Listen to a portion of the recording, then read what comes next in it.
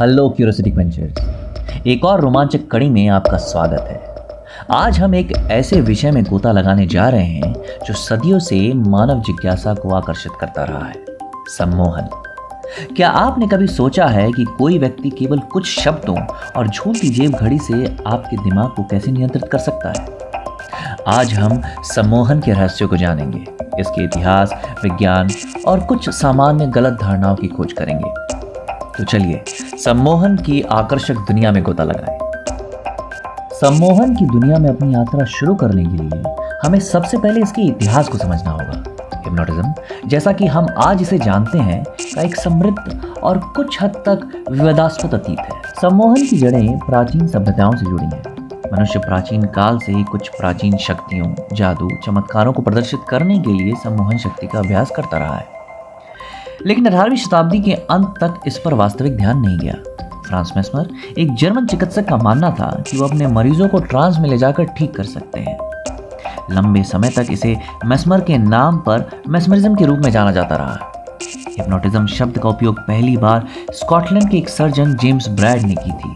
Hypnotism की उत्पत्ति Greek शब्द हिप्नो से हुई है, जिसका अर्थ है नींद की अवस्था। इसीलिए ऐसा लग सकता है कि सम्मोहन आधुनिक युग की उत्पत्ति है, जबकि इसकी जड़ें इतिहास में बहुत गहरी हैं। अब आइए सम्मोहन विज्ञान के बारे में गहराई से जानें। ये उतना रहस्यमय नहीं है जितना ये लगता है। सम्मोहन अवचेतन मन को प्रभावित करने के बारे में है। जब आप ट्रांस में होते हैं तो आपका मस्तिष्क सुझाव के प्रति अधिक प्रतिक्रियाशील होता है, लगभग केंद्रित एकाग्रता की गहरी अवस्था में। सम्मोहन किसी व्यक्ति को ऐसा महसूस करा सकता है जैसे वो अंधा, बहरा या गूंगा है। उसे सिरहन महसूस करा सकता है। सम्मोहन का उपयोग लोगों को डराने तक के लिए किया जा सकता है, इस हद तक कि उसके प्रभाव में आकर वो सब कुछ कर गुजरते हैं जिसे वो सामान्य स्थिति में कभी ना करें। हालांकि ये याद रखना आवश्यक है कि हर किसी को सम्मोहित नहीं किया जा सकता और प्रभावशीलता प्रत्येक व्यक्ति में भिन्न होती है। आइए इस रोचक विषय को समाप्त करने से पहले सम्मोहन के बारे में कुछ सामान्य गलतफहमियों पर चर्चा कर लें। सबसे पहले, ये मन पर नियंत्रण नहीं है। सम्मोहन एक सहयोगात्मक प्रक्रिया है जहां आप अपनी मर्जी से सम्मोहनकर्ता द्वारा दिए गए सुझावों के साथ चलते हैं। दूसरा, आप सम्मोहन के दौरान अपने गहरे रहस्यों को प्रकट नहीं करेंगे। आप अभी भी अपने विचारों के नियंत्रण में हैं और चुन सकते हैं कि क्या प्रकट करना है। हालांकि आप सुझाव के लिए बहुत खुले हो जाते हैं।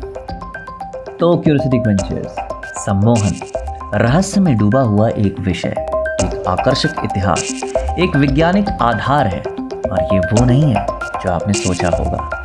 ये एक ऐसा विषय है जो हमारी जिज्ञासा को बढ़ाता है और हमारे पास तलाशने के लिए बहुत कुछ छोड़ देता है। लेकिन याद रखें, ये सब सुझाव और सहयोग की शक्ति के बारे में है। सम्मोहन नियंत्रण खोने के बारे में नहीं है, ये मन की छिपी हुई क्षमता को खोलने के बारे में है। यदि आपको ये एपिसोड पसंद आया तो प्लीज़ लाइक करें और अधिक दिलचस्प विषयों के लिए क्यूरियोसिटी क्वेंचर्स को सब्सक्राइब करें और हमेशा की तरह अपनी जिज्ञासा को जीवित रखें। अगली बार फिर मिलते हैं एक और दिलचस्प टॉपिक के साथ।